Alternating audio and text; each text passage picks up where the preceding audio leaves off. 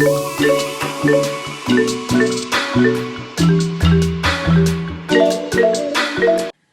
semuanya, Assalamualaikum warahmatullahi wabarakatuh. Saya Davina Pradita, NIM 1204030323645 dari jurusan Ilmu Komunikasi kelas 1H. Baiklah, di sini saya akan mereview sedikit tentang materi kalimat efektif. Dalam materi kalimat efektif ini ada 4 poin penting yang akan saya bahas kali ini. Yang pertama itu definisi kalimat, yang kedua definisi kalimat efektif, dan yang terakhir apa sih syarat dan ciri-ciri dari kalimat efektif sehingga teman-teman bisa mengaplikasikannya dalam pembuatan makalah, jurnal, ataupun sebagainya. Apa sih perbedaan kalimat dengan kalimat efektif? Jadi, kalimat efektif itu bertujuan untuk mempresentasikan sebuah kalimat menjadi kalimat yang lebih baik lagi. Tapi kita perlu tahu ada beberapa poin-poin penting yang menjadi patokan sehingga kalimat tersebut dikatakan sebagai kalimat yang efektif. Sebelum kita membahas kalimat efektif, tentunya teman-teman harus paham dulu nih, apa sih itu kalimat? Jadi kalimat itu adalah satuan bahasa yang mengungkapkan suatu gagasan, diawali huruf kapital dan diakhiri oleh intonasi final. Jadi kalimat itu merupakan gabungan kata ataupun gabungan frasa yang diawali oleh huruf kapital dan diakhiri oleh intonasi final sehingga memberikan suatu gagasan utuh. Jadi, dalam pembuatan kalimat harus memberikan penjelasan yang baik, hingga apa yang kita sampaikan di dalam kalimat itu bisa memberikan penjelasan yang baik terhadap suatu hal. Oke, yang pertama itu ada poin menyampaikan pesan, berita, maupun amanat. Karena seorang penulis dalam membuat kalimat tentu ia ingin menyampaikan makna atau pesan kepada pembacanya dari kalimat yang dia buat. Selanjutnya adalah gagasan kompleks. Dalam sebuah kalimat itu, sangat mungkin sebuah kalimat sederhana memiliki pemahaman yang sangat banyak. Yang ketiga adalah kesatuan pikiran yang utuh, dan yang keempat adalah informatif. Karena kalimat yang dibuat sebisa mungkin terlihat informatif atau memiliki tafsiran yang baik, sehingga tidak membingungkan pembaca untuk memahami kalimat tersebut. Selanjutnya kita masuk ke dalam syarat kalimat efektif.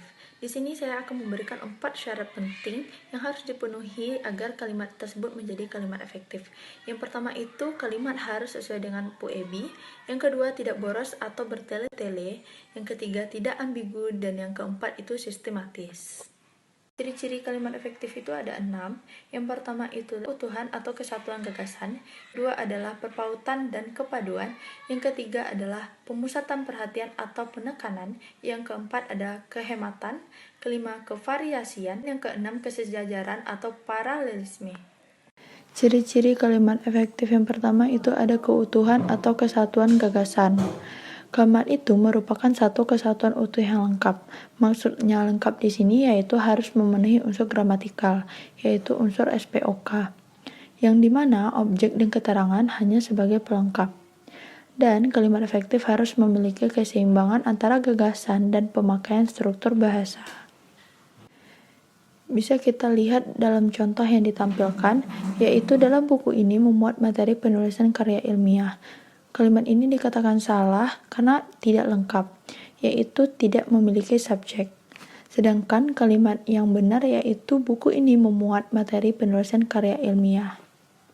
Yang kedua itu ada perpautan atau kepaduan, yang dimana kalimat yang dibuat itu harus ada hubungan logis antar unsur-unsurnya, yaitu antara kata, peranannya, maupun klausannya. Seperti pada contoh kalimat, banyak hal yang dipelajari dalam hidup, maka kematian menjadi akhirnya. Kelihatannya kalimat tersebut bagus, tapi ternyata tidak logis. Karena pertama membahas hidup, tapi langsung menyimpulkannya tentang kematian. Kalau dilihat sekilas, memang kalimatnya terlihat nyambung. Tapi seharusnya ketika membahas hidup tentu harus ada kesimpulan tentang hidup tersebut. Contohnya pada kalimat yang kedua, yaitu banyak hal yang dipelajari dalam hidup, maka manfaatkan waktu dengan baik. Kalimat tersebut dikatakan logis, di mana poin pertama dan poin kedua yang dibahas saling terkait. Yang ketiga, adanya pemusatan perhatian atau penekanan. Ada 2 poin, yaitu menonjolkan inti kalimat sesuai kebutuhan, dan yang kedua perspektif penulis. Maksudnya adalah, di dalam kalimat pasti ada inti. Nah, inti itulah yang ditonjolkan sesuai kebutuhan, tetapi inti itu tergantung perspektif penulis. Ketika menulis kalimat, kita sebagai penulis tentu memikirkan makna apa yang akan kita sampaikan. Contohnya pada kalimat yang ditampilkan, yaitu pembelajaran yang dilakukan di sekolah mengharuskan siswa dan guru saling membantu. Dapat kita lihat penekanan dari kalimat tersebut yang hanya diketahui oleh penulis. Tapi ketika kita sebagai orang awam yang membaca kalimat tersebut, kita dapat memahami bahwa siswa dan guru saling membantu. Tapi bisa jadi pemahaman dari kalimat tersebut berbeda-beda karena perspektif dari tiap-tiap orang itu berbeda, asalkan maksud dari kalimat tersebut tetap sama. Yang keempat itu kehematan. Kehematan di sini maksudnya yaitu tidak berlewah, berlebihan atau mubazir dalam pengambilan kata sehingga lebih mudah dipahami. Contohnya yaitu hal-hal yang penting dalam pembelajaran di kelas antara lain kesiapan guru dan persiapan siswa dalam pembelajaran di kelas. Di sini kita lihat kalimat yang dibuat itu berlebihan. Seperti kata-kata yang diberi warna orange, akan lebih baik kata tersebut kita hapuskan atau tidak kita gunakan supaya kalimat lebih terlihat efektif. Sehingga ketika kita menghilangkan kata-kata yang berwarna orange, kalimatnya menjadi hal-hal penting dalam pembelajaran di kelas antara lain kesiapan guru dan siswa. Sehingga kalimat tersebut terlihat lebih hemat ataupun bisa disebut dengan kalimat efektif. Yang kelima itu ada kevariasian yang bertujuan untuk menghindari kebosanan pembaca. Saya contohkan dalam kasus pembuatan pengantar ketika mendeskripsikan tabel. Jadi ada tabel dan di bawahnya ada sebuah kalimat. Biasanya kalimatnya adalah berdasarkan tabel 1 atau berdasarkan tabel 2, sampai tabel berikutnya itu dideskripsikan dengan kata-kata berdasarkan tabel.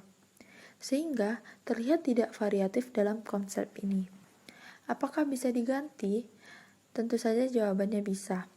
Bisa jadi alternatif dalam mendeskripsikan tabelnya begini. Bisa kita menggunakan kalimat atas dasar tabel ataupun dari tabel.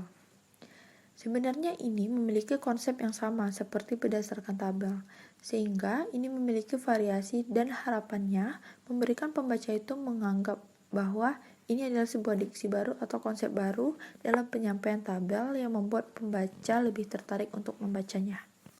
Ciri yang terakhir yaitu kesejajaran atau paralelisme. Kesejajaran dalam kalimat efektif mensyaratkan bahwa bentuk dan struktur yang digunakan dalam kalimat efektif harus sama atau sejajar. Misalnya, buku itu dibuat oleh Badan Bahasa dan Gramedia yang menerbitkannya. Itu merupakan salah satu contoh yang tidak efektif atau sejajar. Mengapa? Karena ada bentuk buku itu dibuat oleh, yang dimana buku itu dibuat adalah bentuk pasif karena ada afiksasi di sana. Sedangkan menerbitkannya ada afiksasi me atau berimbuhan me, sehingga kata tersebut berbentuk aktif. Jadi dapat kita lihat di dalam contoh yang pertama itu mengandung bentuk pasif dan bentuk aktif, yang dimana itu dianggap tidak sejajar atau paralelisme. Jadi bagaimana yang efektif? Kita lihat contoh pada kalimat kedua. Buku itu dibuat oleh Badan Bahasa dan diterbitkan oleh Gramedia. Kalimat tersebut dianggap paralel atau sejajar karena dibuat dan diterbitkan itu merupakan kata yang sejajar atau paralelisme. Sehingga dapat dikatakan bahwa kalimat kedua itu adalah kalimat efektif. Baiklah, sekian review materi kalimat efektif dari saya. Jika ada kesalahan atau kekurangan dalam penyampaian materi, saya mohon maaf. Wabillahi taufiq wa hidayah. Wassalamualaikum warahmatullahi wabarakatuh.